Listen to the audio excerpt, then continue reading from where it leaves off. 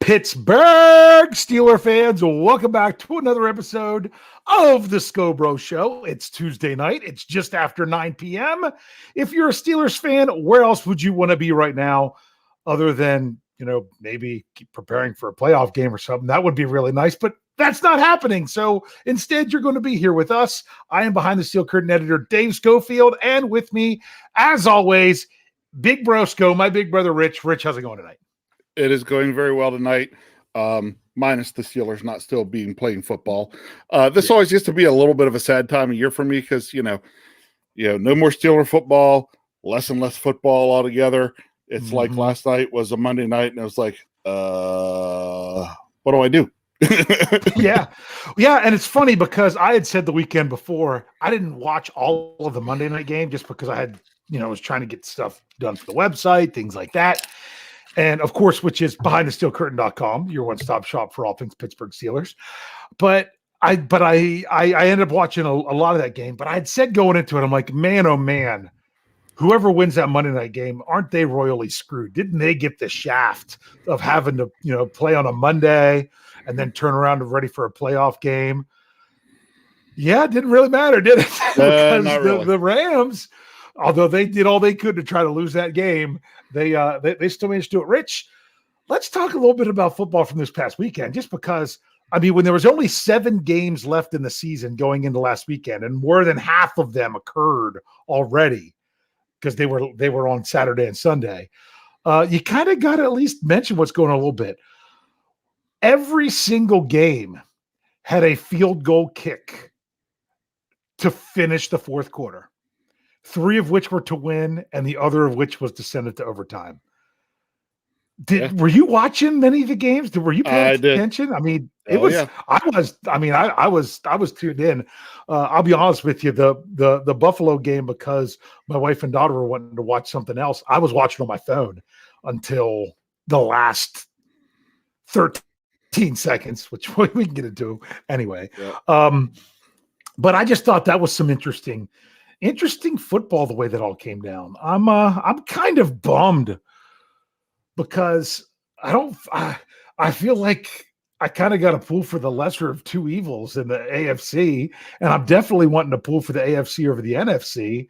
And dadgummit, those Bungles have a chance to. All they have to do is pull off the win against the team they recently beat, and they're in the Super Bowl. And I still think the AFC has a big advantage in the Super Bowl, personally. But, man, crazy weekend. General thoughts? See where you say the AFC has a big advantage in the Super Bowl. I don't necessarily agree. I do with the teams that are left. That's just me. I don't necessarily see it that way because whichever team comes out of the NFC is a very good defensive team. Your 2 teams that are left in the NFC play pretty good defense, have some pretty good players on the defense side of the football, and might be able to, slow down the offenses on the other side. But, oh my goodness. Yeah. I will say this, am I super excited about the teams that are left? No, not really. However, at least this year, if I feel like it, I can turn on the Super Bowl. So, see, I really don't want to see the same team go 3 years in a row, but at the same time, then I would mean I'd have to be pulling for the Bungles. So I honestly, I was really pulling for Buffalo once the Steelers were out. That was the team I was kind of wanting to see. I got a good friend of mine that his whole family is a Buffalo fan, or Buffalo fans, and that one was disheartening. Real quick, just because it's a general NFL question, because I know we got a super chat. I want to get to it because that's a subject we're going to talk about anyway. Before we get into our main subject, which is a little bit of turning back the clock, you'll see. And that is, now everyone wants to talk about the NFL in overtime and what they're doing now for the controversy of, the Bills didn't even get to touch the ball in overtime. I'm going to ask your opinion about everything, and then I'm going to probably give a counter argument, even though I don't know if I definitely agree with it. I've been looking at both sides of this for a while, so I kind of want to know where you're standing. All right, couple things. Okay. Well, the way the rules set up, if every time it happens that a team doesn't get the ball, the team that loses this whole thing comes up. You know what?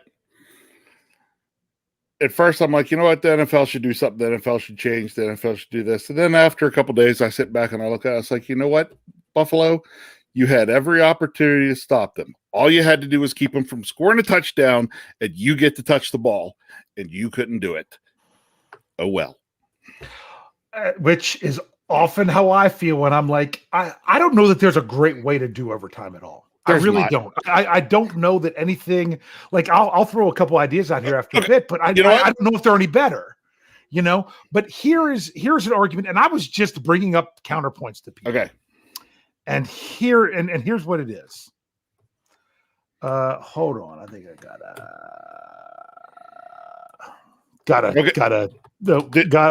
trying to get rid of something. Okay. All right. Just for those of you on YouTube, you didn't see that when I had to take care of something somewhere else. So here's the deal. If the argument is this, you're like, oh, well, if they're so good, why doesn't their defense should make a stop? And I agree with that. But there are 3 phases to football.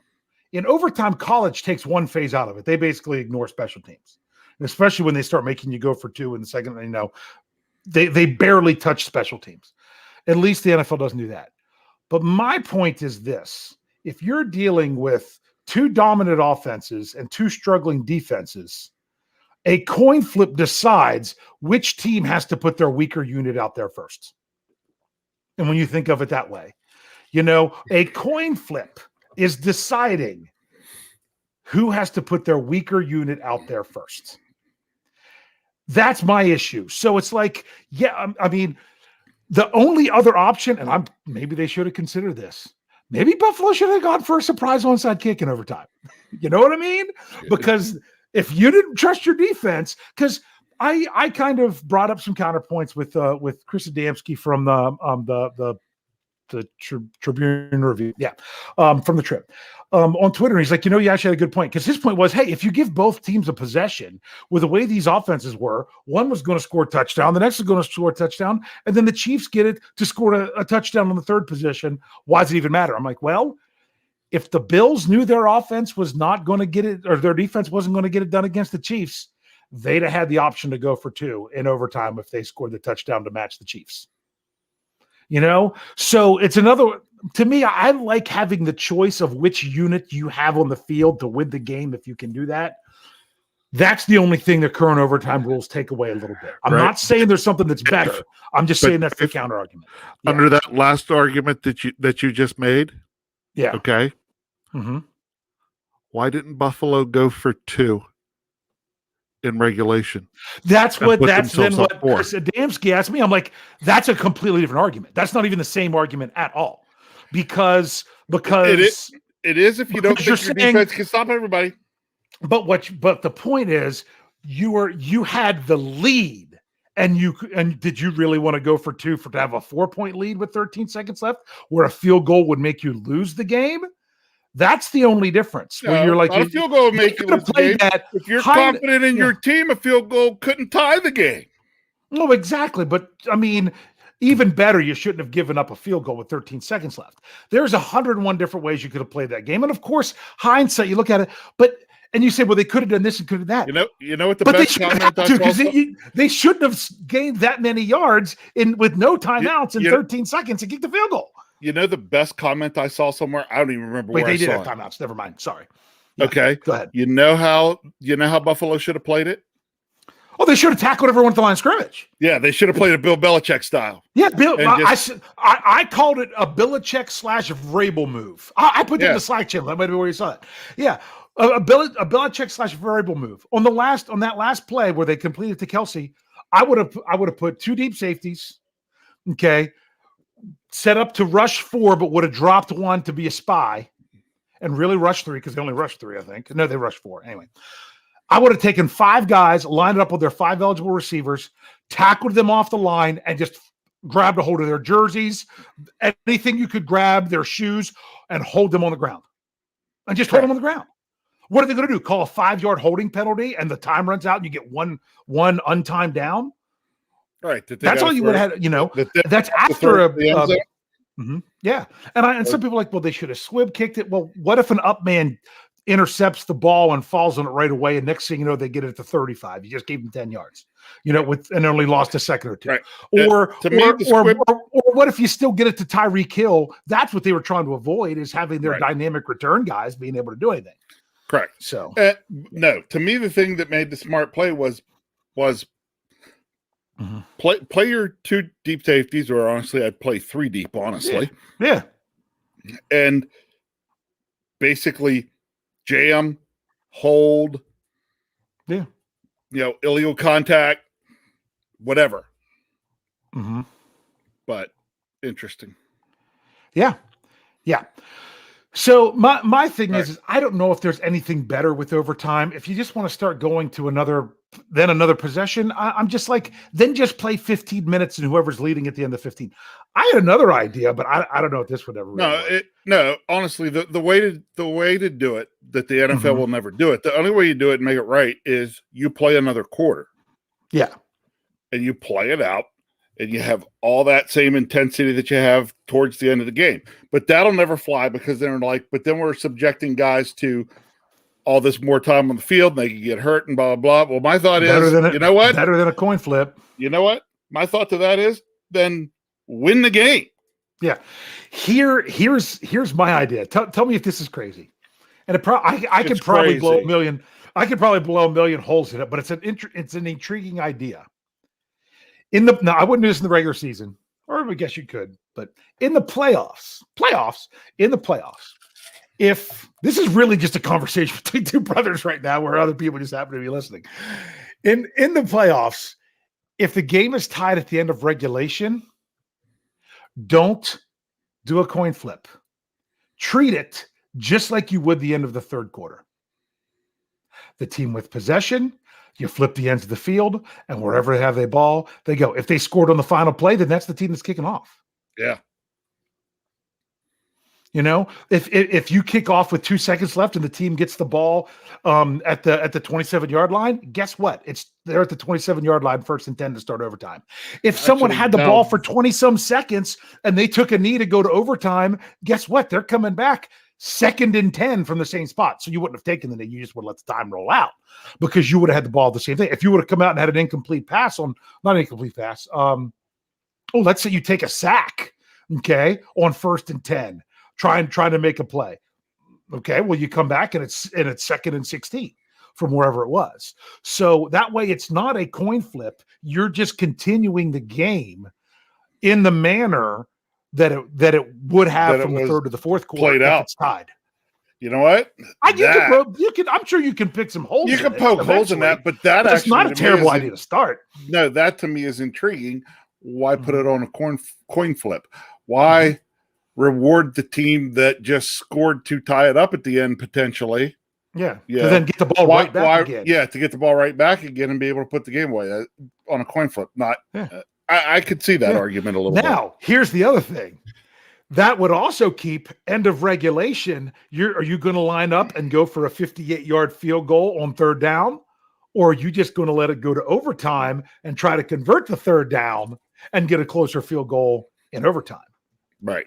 You know what I'm saying? Yeah. Which I would have no problem with, actually. Right. So you wouldn't be as rushed at the end of the game in a tie game, because you're just going into overtime to end the quarter. But just some thoughts. Let's move on. We got to get to the topic tonight soon. But first things first, $5 in the tip jar from Sean Manahan. He said, thank you, Sean, for the tip. He says, so apparently Steelers are only interviewing D coordinators that aren't going to step on Tomlin's toes, as Coach T wants to call all the shots, good or not. Okay. Here's what's crazy. One of the Pittsburgh beat reporters, I wish I could tell you which one. You know what? I don't think it was Jared Bear. I don't know who it was. No, it wasn't. Somebody brought this up, and I love this idea. They're like, so all of a sudden, all Tomlin is a cheerleader, and then the exact same people, all he does is have his hands too much in everything. Freaking make up your mind. Make up your mind. Is he just a cheerleader and doesn't do enough, or is he doing too much? Okay, you can't have it both ways. Now, every single head coach has their fingers on the team, and most likely more on the side of the ball that they come from. There are, I think I saw the stats, at least 12 head coaches that call plays either offensively or defensively for their teams in the NFL. It's not like it's a rare thing. The only thing that's made this a little bit more, it was was from Jerry Dulock of the Pittsburgh Post. Jeff Hartman talked about this on his Let's Ride Monday, that outlined it, where he was very critical of it. So that's the only reason that's been more. But I mean, do you really expect the head coach not to be involved? And is he too involved? Bottom line is, we didn't know he was involved at all, and now we feel he's too involved. We still don't really know, do we? No, not really. Yeah. So it's really hard to bring in a defensive coordinator if you're saying, hey, come in. I mean, especially if you're talking like the guy from the Giants, who's an up and coming guy, that you say, hey, come on in, but you're not going to be the assistant head coach like you were in New York. And also I'm going to call the plays. Why would he do that? So that doesn't make it as attractive for hiring a better candidate unless Coach Tomlin's willing to do that. But then again, the Steelers did have to. I thought it was just one and didn't realize that they upped it to 2 for coordinators about 3 months ago, that they do have to interview external candidates, at least 2 minority candidates, and period, to comply to the Rooney Rule. So even interviewing Terrell Austin wouldn't even count towards that. So the Steelers have to do that. I mean, I think it's kind of ridiculous if they have to go through the procedure against a rule, to fulfill a rule. I honestly think that if anybody, the Rooney should be doing this in good faith, knowing that if somebody's better than who they thought they were going to have internally, kind of like they did with Mike Tomlin to hire him in the first place, that they would possibly pull the trigger. Do you see that? Yeah. Yeah. So you got that's since last chats. week. Yeah. No more Keith Butler. He's retiring. We'll see if he's retired like Bruce Arians or retired for real.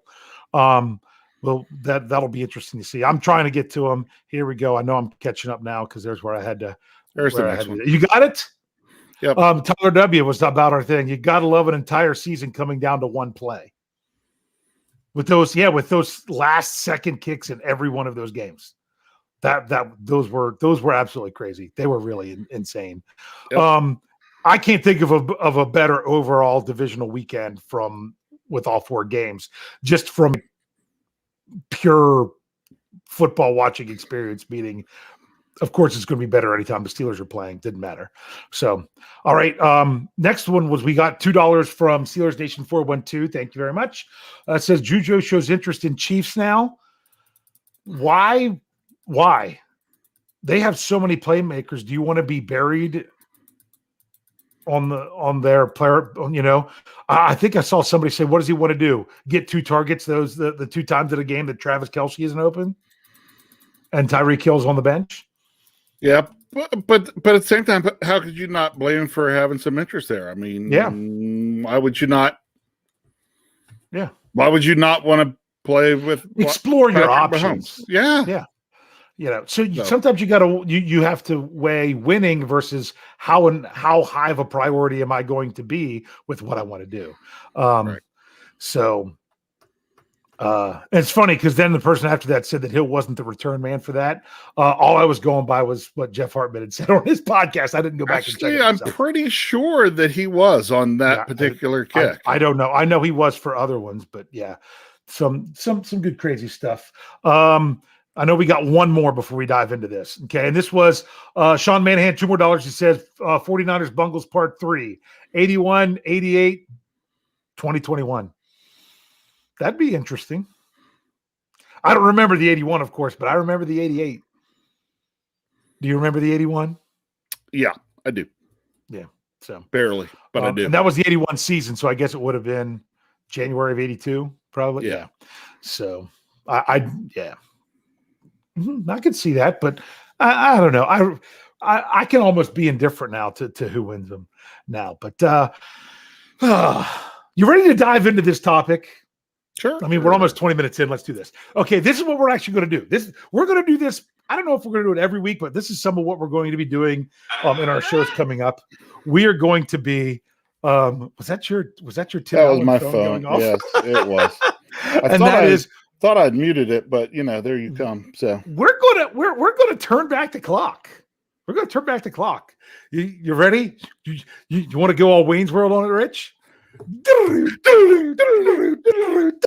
Okay, we're turning back the clock actually to June 1st. Okay, we're going to look at some of the things that we looked at this the last off season and mainly last summer leading up to the Steelers 2021 season.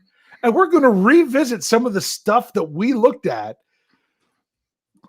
see how bad we were off the mark, and then we're going to reassess it based on how the season played out.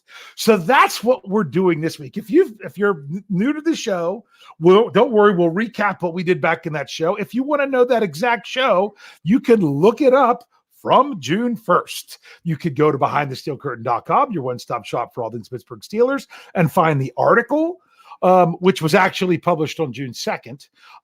Or you can just look it up on YouTube or anywhere where we do podcasts. And that show was asking, where was it? Who's going to make the biggest jump in 2021? Hence why this show is now entitled "Who Made the Biggest Jump in 2021?" So we're going to look at what we thought, and then we're going to do a new list. So, are you ready for the embarrassment? I'm just glad we're not dogs. Yeah, because we'd have to wear the cone of shame. We would have to wear the cone of shame. My daughter has a card game that you have to wear the cone of shame if something happens. I think she learned that game from your daughter. Probably. Anyway, yeah. So that's Exploding Kittens, by the way, in case you didn't know. Couldn't leave that hanging out there. So let's look at our 5 predictions of who we thought were going to make the biggest jump in 2021. So here we go. I had making a big jump, Kevin Dotson. That was my number 5. Did Dotson really make a jump? I'm going to have to go with the negatory on that one, mainly because of him getting injured. I still think he was a key part to that offensive line. Jeffrey Benedict and I actually have a vertex coming out about that on Thursday. You can't break down each one of these. Get through these lists, and no, we got to. That's all right, because some of them are repeats, so it's no big deal. So Kevin Dotson, would you say he made a big jump, a little jump, no jump, or move back? Are you wanting me? Okay, let me just real quick. You wanting me to talk about my list, or are you wanting to go through the old list? No. You could have answered the question, and we could have been on to the next person if you would have just asked. Number 5 on my list of people who made a jump then is Kevin Dotson. No, okay. That's why I don't want you to talk about each one coming through here like that, because it's like you actually have him who made a jump. I do, because I feel had he not been hurt, he was the guy that I feel was pulling the line together. The line was starting to play much better. He got hurt. Then the line really regressed. Gotcha. Well, yeah, and like I said, Jeffrey and I are going to be breaking that down in an article on Thursday. But to me, I wouldn't put Kevin Dotson at a jump at all, because he was playing really well in his limited opportunity as a rookie, and it's not like he flashed to show anything that much better. Although I think, like you say, he could have if he would have been given the opportunity. Well, and let me put it this way. Yeah. The fact that he is number 5 on my list of players who jump should tell you something about what I think of the Steelers and jumping. How many people really jump? That's a good point. Yeah, I know what you mean. Your number 5 from before was Minkah Fitzpatrick. Yep. Do you think Minkah made a jump? A jump? No. Basically, Minkah just continued along. I think Minkah had a shift in his game and his responsibility. Yes. I know Ryan Clark was saying how he thought this was the best year that Minkah had with the Steelers, but he didn't have the big numbers. He didn't have the interceptions and things like that. You had Kevin Dotson as number 4. I had James Washington as my number 4 when we did this before. I thought he had the opportunity to make a big jump. He didn't. He didn't. When he did play most games, he didn't seem to really be coming through with as even a capable number 3 wide receiver. He did show some good things in the postseason game at the end, especially when kind of more when the game was out of reach, but still had some nice catches to show what he was capable of. But I don't think James Washington became a play in, play out he made any kind of jump this past year. You and I both had the same player for number 3 for our list, and that was James Pierre. Yep, that was bad. He got a chance to be the quote unquote starter and ended up getting benched. So that one wasn't one that I think made a big jump. But like I said, when we do our list, I don't know if anyone made a quote unquote big jump. Okay. Right. I had my number 2 was Chuks Okorafor. I thought he had an opportunity if he was going to get moved back to left tackle. Yeah, that didn't work. He didn't even go back to left tackle. Quick question on that, just so I know. Do you think Chuks Okorafor staying at right tackle was more about Chuks or more about Dan Moore Jr.? Yes. A lot of people were saying about moving more to right tackle. You just have to remember in the preseason last year, he was not good at right tackle. He was not ready for right tackle. He was better at left tackle. And I think that's why they did what they did. Doesn't mean that he couldn't. It would just take an awful lot of work in the offseason. All right. So we both said after the Chuks Okorafor, your number 2, then I'll say was my number 1 in Alex Highsmith. Mm-hmm. Okay. We could talk about him now or we could talk about him later, if you know what I mean. I thought he had a chance to make a huge jump. I don't know that he made a huge jump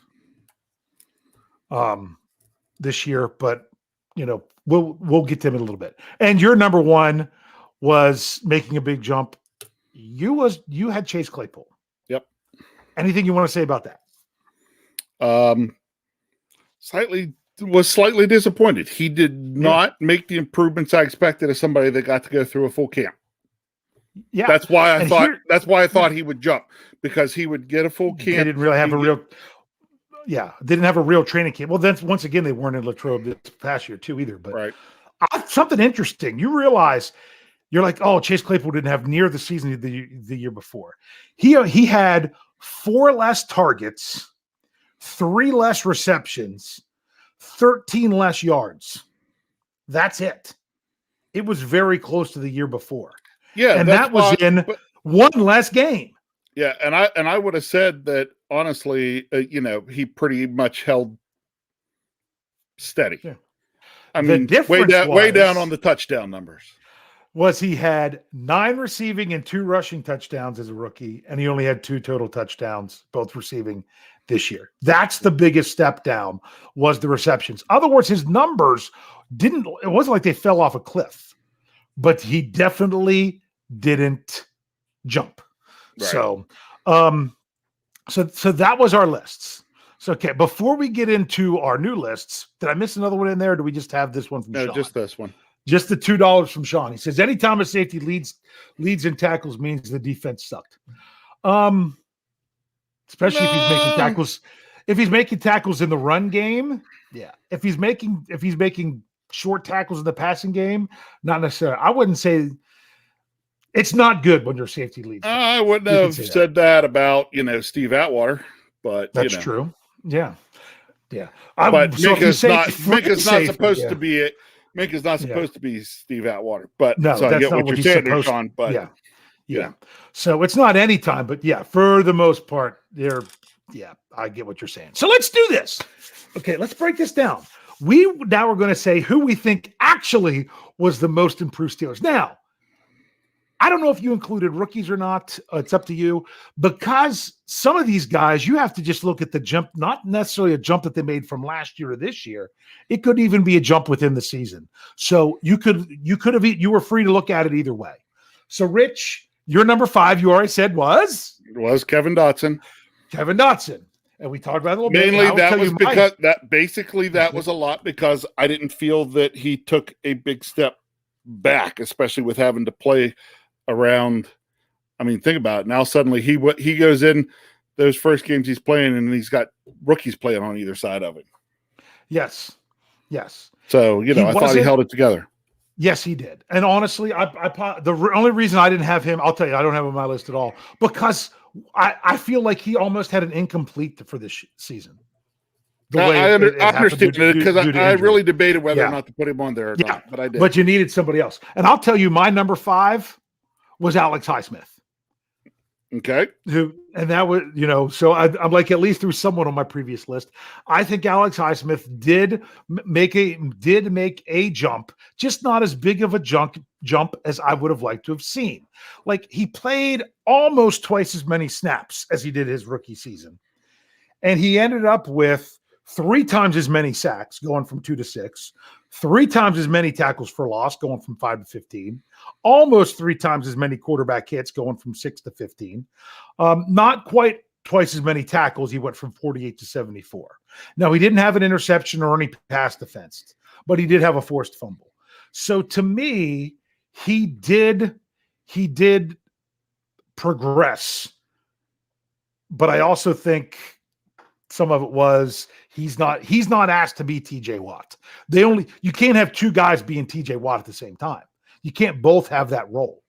So he kind of has a little bit of a different role, but I thought he did a nice job. And I thought that he out of all the, honestly, between all the rookies, the only ones that really last year's rookies, the only ones that really came close to making any kind of jump were, as Jeff Hartman talked about when he looked at the rookie class in his Let's Ride for Monday, for the 2020 rookies, was Highsmith and Dotson. That's really it. So yeah. So there's that one. Are you ready to move on? Are we gonna be talking about some new names now? Because mine are all new names. So we'll see. Who's your number 4, Rich? My number 4 is Ahkello Witherspoon. Really? Yes. Okay. Mainly for the jump we saw in the season. I mean, we made the trade, we got him. He wasn't active, and everybody's like, what is going on? What's going on? Finally, he gets his opportunity and comes in and plays very well. Yes. Plays better than we were probably expecting. Mm-hmm. And, several interceptions and things like that. And so led the team in interceptions with 3. Yeah. Right. So to me, that guy came in from being nowhere on the radar, aka not even on our team, to coming in and not being active, to even playing, to then playing and making an impact. Yeah. I am not going to disagree with you. I have my season-ending PFF grade article for the defense coming out tomorrow, and Witherspoon is one of the people that is highlighted in there because of having a pretty good score. I'm going to tell you my number 4. Okay. My number 4, believe it or not, is one John LeGlue. Now, I'm saying he jumped big from where he started. Not that all of a sudden he's fantastic. But this guy came into the Steelers where you didn't know if he was even going to make the practice squad. He probably wasn't. Played well enough in the preseason that landed on the practice squad. Did well enough with the practice squad that when the Steelers had injury problems, next thing you know, he's the starter at the end of the season. And in the words of Mike Tomlin talking about Duck Hodges playing against the Chargers, he didn't kill us. Yeah, he had some, he had an easier game. I think he did better I think it was against the Browns than he did against the Ravens. I think he had a pretty rough game there. But I'll say this, he wasn't nearly as bad as like J.C. Hassenauer last year was. That was really bad. Yeah. So to me, to go from where he was up to there, I thought that was pretty good. Although, I'm not one of those people that said, oh, LeGlue was a pleasant surprise. We should plug him in as the starter. No, I think he's a guy that I think definitely earns to stick around, for depth. But my goodness, the Steelers need to upgrade, and that's part of what they need to do. Exactly. But thank you, John LeGlue, for being able to step in there. And do he was an honorable mention on my list. He was an honorable mention on yours. Okay. All right. So good. We're chugging along. So you've got Dotson and Witherspoon. I have Highsmith and LeGlue. Let's go to number 3. Number 3 for me was Highsmith. Oh, it's Highsmith. Okay. You thought Highsmith had a nice little jump. Anything more you want to say about that, even though we talked about it a No, little bit? just he went from a rotational guy to a starting guy and played a lot more snaps, and he's got a tremendous motor. Everybody that wants to see him bust out and have a gazillion sacks like TJ Watt, you got to remember that he can't do that. And TJ Watt, plus there were had he been playing on a different team or, with somebody not opposite TJ Watt, he would have had more sacks this year. How many times did TJ beat him to a sack by a step? And one of the times Highsmith gets a sack, people were complaining that he beat Watt to it, and Watt didn't get to tie. That was against Cleveland. The Watt didn't tie the record against Cleveland because Highsmith beat him there. Yeah. So yeah. I thought that's what he had to do. Saw what I needed to from Alex Highsmith. He's going to be a hopefully be a mainstay as an outside linebacker for the Steelers for several years here. Yeah, so. And I'm going to tell you this: if I'm looking at players to make a jump for next year, when we go to do that probably again this summer, yeah, there's a good chance he's on my list again. Yeah, he's probably on my list again too. Because I think he can even continue to do better. My number 3 is someone who I just mentioned last week in my number 4. And that's just because of how terrible he was last year. And then he ended up being the better option by the end of the season. And that's J.C. Hassenauer. Yeah. Trust me, I'm not saying I want Hassenauer to be the starting center. I'm not. But he was really bad last year. And he got better enough to where he's someone who could even stick around on the team again and ended up being the better option into the postseason for the Steelers. Now, that's also not saying much about Kendrick Green, but he was so much better than he was last year. And that's why I had to put him on there for making a jump, just because of you got to forget when you're looking at most improved, if you go from an F to a C, that's still more improved than going from a B to an A. Right. So, and I'm not saying Hassenauer is a C. I'm just saying that because of where he started, I felt that he was a big jump there. So there we go. We're down to our final 2 for each of us. All right. So Rich, who's your number 2? My number 2 is Zach Gentry. Before you get into that, I just want to say my number 2 is Zach Gentry. I knew you were going to have him somewhere. Yeah. What a pleasant surprise. Oh, my goodness. Very pleasant surprise. Just basically has made it to where we don't, where you will see the Steelers not re-sign Eric Ebron because there's not a need to. I think he was a nice compliment to Pat Freiermuth. His blocking is greatly improved. Was nice seeing the Steelers using him here and there in the passing game. He now basically is our TE2. Yeah. I mean, I don't know. I don't know if I want to compare him to like a Jesse James just because I'm not sure yet. I definitely think he's in the line of a Matt Spaeth, who is more of a blocker. And this was a guy that was terrible blocking. I mean, he worked on it and he got better. Now, remember, he was hurt most of last year. So, and was not good as a rookie. So he had a little, he had to work back that. But man, to me, that guy made a big jump. That guy made a big jump.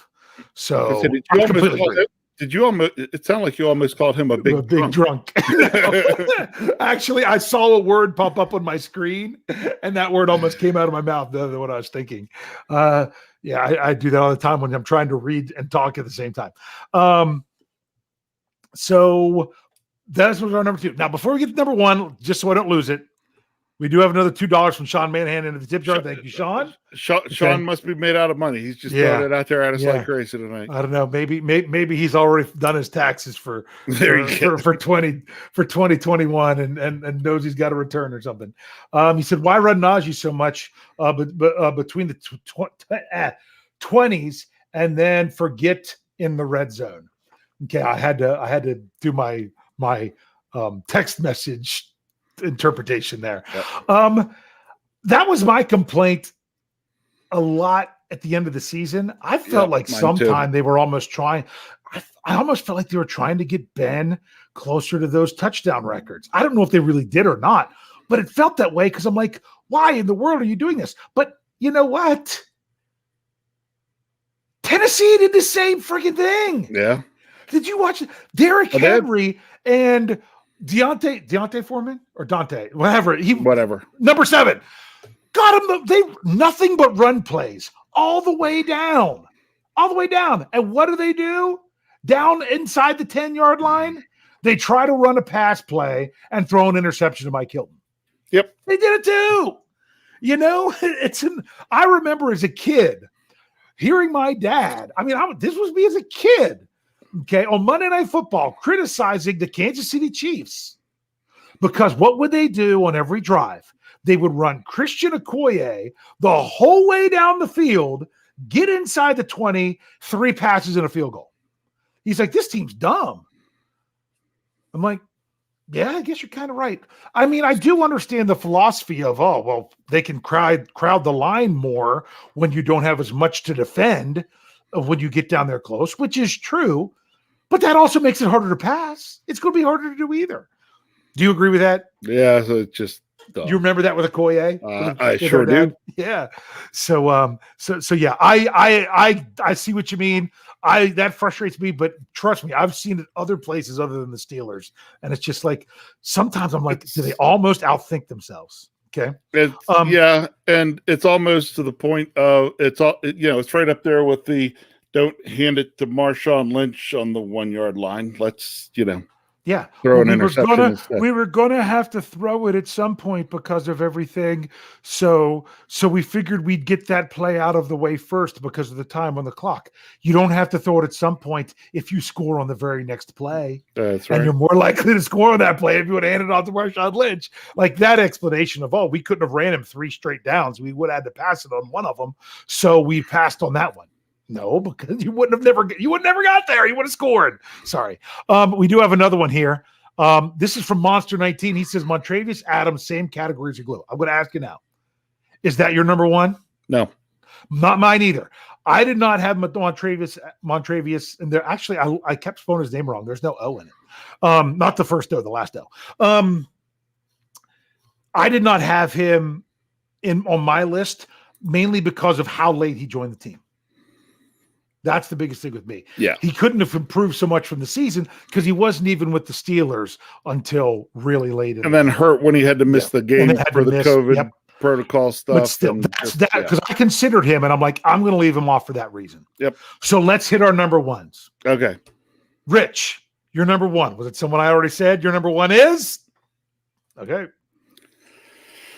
I went against probably what I really would have liked to do, but my number 1, I went rookie, and it was Najee. I did. I went rookie, and it was Najee. I saw so much more from that guy as a professional football player coming out of college than I could have asked for. Gotcha. Like, yeah, he just the way he ran the ball, especially at times when he had no blocking and things like that, and catching the ball was so much more than what I expected. I just it's one thing to go from college to the pros and make a step. Najee took a really big step. Every college player that comes in their first year has made a good step usually. His step was huge. I'll be honest with you. After looking at everything, decided, you know what? I'm not going to go with any rookies. I'm just not, because first of all, I don't watch them play in college to know how much they jump. And second of all, it would have had to have been that they started off not good and got really, really good by the end of the season. I'm not saying none of them did. I just don't know that I could have put any one or the other. So just for that reason, I didn't include them, but I'm not saying you shouldn't have. See, Najee, Najee's the one I said about because I did what, he played at Alabama. I saw him play, the little bit of college football I watched. I watched some games with Alabama. So I saw him play and I thought he was good, but again, part of the credit he's getting from me is what he was able to do behind what for a lot of the season was a non-existent non-existent run blocking line. I agree. I get you. So, yeah. My number one is someone that's already been mentioned. Okay. It is one Ahkello Witherspoon. Yeah, that didn't surprise me. Yeah, you're like, because you're like, oh, if you don't have him yet, he's got to be your one, because he had to be on the list. Yeah. He came in, traded to the Steelers, played 4 snaps in week 2, gave up the huge touchdown, really put, I don't know, that didn't lose them the game, but that really hurt in that game. And then didn't play for forever. I said it in the article that give you a little preview what's going to be on BehindTheSteelCurtain.com tomorrow. I said the article, he had the worst PFF score for the Steelers defense through the first 10 weeks, which is 9 games. Then over the final 9 games, he had the second best, only behind TJ Watt. When he got his opportunity to get out there and do his thing, he did a nice job. To go from where he was the first 2 games to where he was at the end of the season, to me, was the biggest jump that you could have had. And what's crazy is the guys on these lists, my goodness, Zach Gentry, were we even sure he was going to make the team this year? No, we were not. When we did this list in June, did we even know who Ahkello Witherspoon was, let alone that he was going to be in the Steelers? No. John LeGlue. He was on mine. I know even that wasn't necessarily on yours. I mean, that's the thing. The guys that made the difference were guys we didn't even know were going to be contributing to the Steelers this year. You think that's a good way to say it? Oh, it's a good way to say it. Yeah. And it's also a little bit sad. Yes, it is. It's a little bit sad that guys that we hoped made big steps didn't for one reason or another. I still say I like that you threw Dotson on there. I had an honorable mention that I'm going to throw out there that I thought about. It was actually Ray McLeod. Yeah, I considered him at one point as well because he, well, first of all, he played a lot more. And you could say, well, he kind of played the Ryan Shazier role. Not Ryan Shazier. No. Juju Smith-Schuster? No. I don't know who you're talking about. Come on, yes, you do. The Ben's good buddy that you mean Ryan Switzer? Yeah, that's what I meant. Switzer. Yeah, wrong Ryan. Yeah. Okay, yeah. Wrong Ryan. Ben's buddy. I see what you mean. Here's the reason I said like McLeod didn't score any touchdowns last year or this year. And granted, he only had 20 receptions. He had a much better catch percentage last year. He only had 2 incompletions thrown to him last year than this year. But the difference was on roughly twice as many receptions, he had 6 times more first downs. Like the previous year, he only had 3 receptions for a first down. This year, he had 18. So to me, I thought he made a jump there. Some people get frustrated with him as a returner. But my goodness. Actually, you know what? He got better returning as the season went along. He quit trying to stretch everything wide. He started just looking to go up he started looking to go up the middle, get what yards he could get, and just just improve field position. And I thought he got better at that. And led the NFL in punt return yards. Yes. So he was an honorable mention for me. But yeah, and it's funny. We'll do the list again this summer of who we think is going to improve. And you know what? When we do it after next season, if we get 1 or 2 players on the list again, we'll be lucky. So that was just interesting to kind of look at what we thought before the season and see how the season actually played out. So I'm going to go ahead and bring up this super chat here, $2 from Steel Dog 88. We're going to do this one, and then we're going to do our big question. Okay. His says his thoughts on Trey Norwood's role next season. Rich. Role, I'm not sure, but he's definitely a guy who could potentially make our jump list. Yeah. To me, I want to keep his role the same, if at all possible. When he had to play for Minka, it's not that he was terrible, but he was really he came off a week or 2 of being really good in his role in sub package. And then when he had to play every snap and do that job, it wasn't that was one of his lower points of the season. So I think, especially for now, young in his career, sub-package football is really good for him, and I like the way they were utilizing, and I hope that they can utilize him in that way next year. And the reason I say that they can is because they're not forced to have him on the field all the time like they had to for one game this season. Because I think, especially being, a 7th-round rookie, it's not that he can't eventually grow into being a starter. I mean, look, how long did it take Cam Hayward before he was a starter? More than one season. Right. When he was a 1st-round pick. So I'm not ready to thrust him into being a starter, but I really like the way where he was and how they utilized him in the defense. And just to think, if he's only going to get better next year, that's just going to help make the Steelers secondary even better. So here we go. Remember the rules. You're not allowed to put your answer out there or I will put you in a timeout and not bring yours up. If you put it out there before I actually type in the question and set you all free. Okay. And here's what your question is going to be. I'm typing it in now. And it's very simple. You're going to answer with only one person, one name. I don't want an explanation. Big explanation. We're not going to read it. Just give us the name. Who would you have said was the biggest jump on the Steelers and had the biggest jump of the Steelers in 2021? Rich had Najee. I had a Keller Witherspoon. We had other people we talked about. It's in there now. You can now answer. Who do you think had the biggest jump in production or whatever they were doing for the Steelers? Who saw the biggest jump in the 2021 season? Ron Chess is the first one coming in. He says Alex Highsmith. Okay. Pedro, I don't even know. Alma, help me, Rich.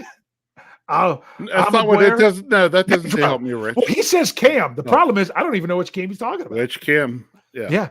And if you're saying Hayward, I mean, he was already all pro and is still all pro. Right. So, but I understand, but I wasn't sure. Steeler Chick 46 said Gentry. Okay. Steeler Nation 412 said Muth. I liked him if I was going to be using rookies. If I used rookies, he probably would have made my list as well. If I would have used more than one rookie, he would have been my next one, of course. Because I thought as the season went, especially, evolving in his role. Steelers Pittsburgh, Alex Highsmith. BF Bud says Najee. Johnny Bravo says Muth. Thank you.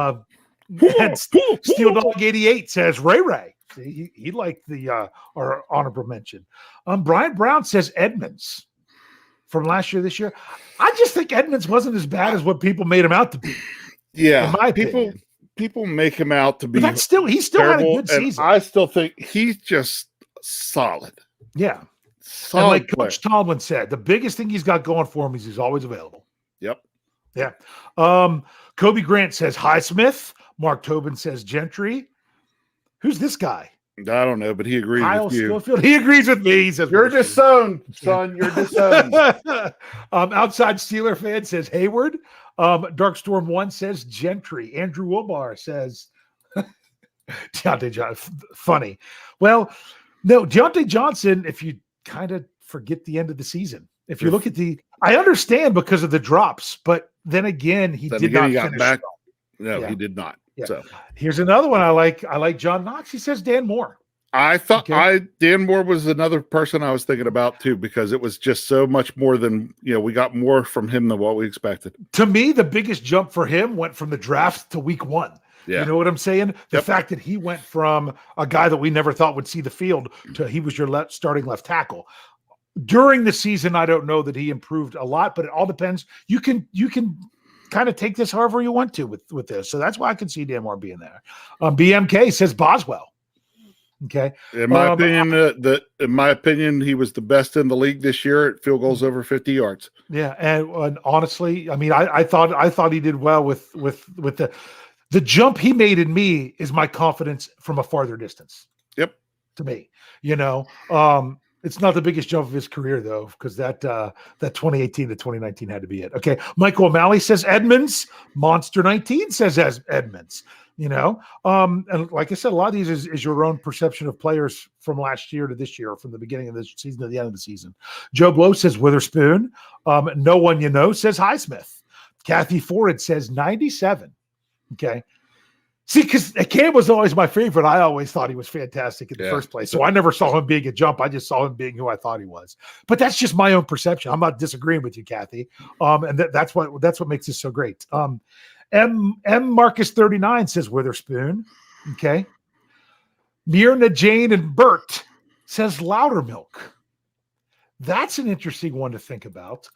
That he went from a guy that wasn't even active to start, because that's not who he was supposed to be this year, to a guy that had to start when Wormley was out.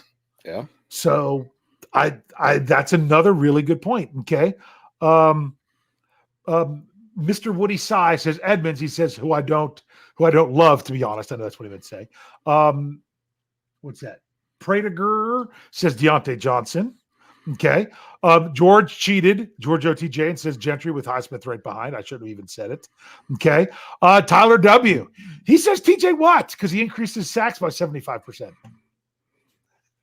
I guess it makes a good point. Yeah, but we were that. Yeah, I mean, I'm not going to argue with him. Michael O'Malley. Oh wait, he already answered. So Chuck Carr said Edmonds. Scott Tolliver said Norwood. Kevin Brokenborough says Deontay Johnson. Rush, you can't answer again. Ariel 75 said Gentry by far. Okay. Alex Flores says Adams, which, I mean, especially from being on, well, he did play for the Saints and had games, not just on their practice squad, that people remember. But yeah, from not being around to what he did. I'm trying to see if there's anyone that was there. We go. George Stayer says Dan Moore. A lot of people are just having a discussion, which is good. Did James Bradshaw? I don't think he did before. No. He said Wormley. You know that's what? Wormley was somebody. Wormley was somebody I think considered. about adding him. I should have considered him. I did consider him because he was such a disappointment last year that his play this year was much more what I was expecting last year. Yeah. Yeah. Did we do Scott Tolliver? I don't know if we did or not. He said Adams, just to make sure.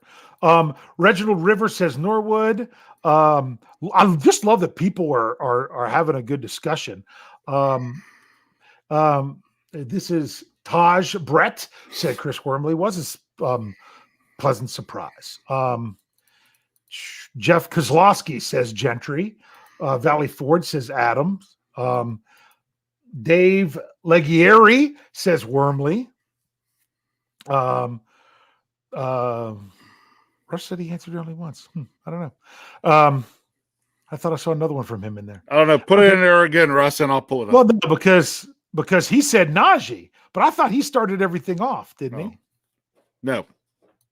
Oh no, that was Ron Chess, not Russ. Yes. Sorry. Yeah, he said Najee. Yeah, I was getting my. They both have green R's, don't they? Yeah, Russ, write it down. You're getting an apology from Dave. Yeah, so he doesn't do that very often. So actually, no. Beyond that, is he admitted he was wrong. Yeah, that's what Dave doesn't do. I'm totally confused there. Did we do Alex Flores? Oh no, I think we already did that one. Adams. Looking to see if we had more. No, see, I went backwards. We got Scott Tolliver. We got Reginald Rivers. We're good. We got him. You got him? Okay. Yep. Okay, good. Because I had to go back and then go forward, and I got all confused. Anyway, it was fun. Very much. We'll address some of these questions that we did last offseason. We have some other things in store on this show, but hey, we still have all of our content coming for you. We're going to have another Sunday show for you coming up soon. I don't know if it'll be this Sunday or not for the offseason to replace the preview. Other than that, our shows on YouTube will be there. And of course, you've got to check out the audio only shows if you haven't already. There's an awful lot going on there. Rich, final thoughts. As bummed as I am that we have now gone more than a week without Steeler football, and we are not going to see Steeler football again for a long time. Let me just say, I do enjoy the fact that we have this stuff that still goes on where the discussion's out there. Keep it nice and fresh, and we got lots to look forward to, from free agency to the draft to OTAs to so we will It's coming. just progress through our off season, and all in looking forward. So what's up next exactly for the Steelers, I don't know, but I can't wait.